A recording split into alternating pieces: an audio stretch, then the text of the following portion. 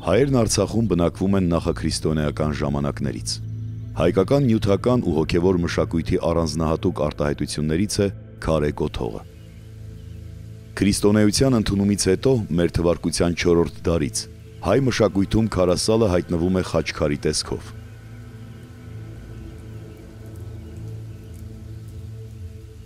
Խաչքարային արվեստը հայ ինքնության տարբերիչ նշանն է։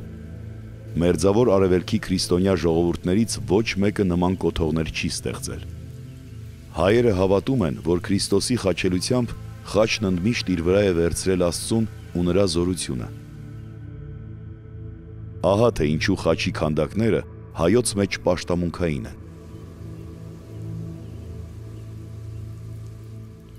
Խաչքարերը որպես կանոն հայերեն արձանագրություններ ունեն, որոնք նշում են կառուցման թվականը հայոց տոմարով, կառուցման առիթը, կառուցողի անունը եւ այն անձի կամ գերդաստանի անունը, ում հիշատակին կանգնեցվել է խաչքարը։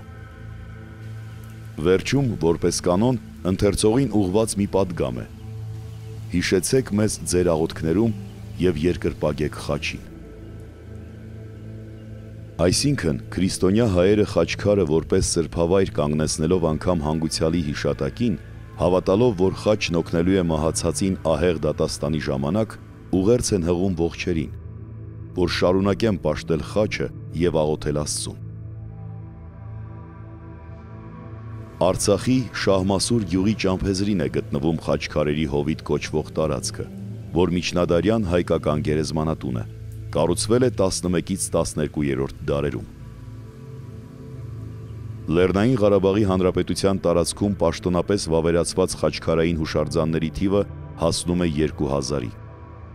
2023 թվականին Ադրբեջանի կողմից Լեռնային Ղարաբաղի Հանրապետության բռնազավթումից հետո դրանց վիճակն անհայտ է։